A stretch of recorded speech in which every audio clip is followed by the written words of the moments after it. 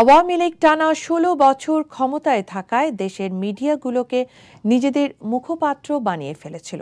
৫ আগস্টের বেশ কিছু খাত সংস্কারের উদ্যোগ নেওয়া হয়, গঠন করা হয় সংস্কার কমিশনের।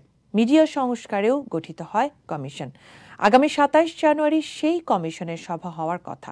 সেখানে ডাক পেয়েছেন আওয়ামী লীগের বেশ কয়েকজন মন্ত্রী, এমপি সহ বিতর্কিত অনেকেই, যার বিভিন্ন মিডিয়া হাউসের মালিক। এ নিয়ে তীব্র সমালোচনা শুরু হয়েছে। সংস্কার সভার তালিকায় দেখা যায় অন্তত ৪৮ জনের নাম রয়েছে।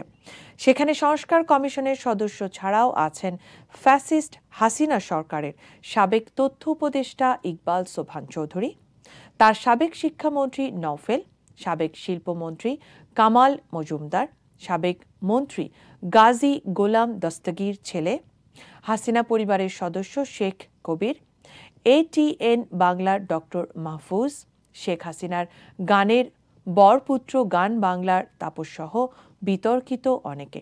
কেন তাদেরকে ডাকা হচ্ছে বা তালিকায় তাদের নাম কেন, এ নিয়ে প্রশ্ন উঠেছে। অনেকে বলছেন কাদের স্বার্থ রক্ষায় কাজ করছে এই কমিশন।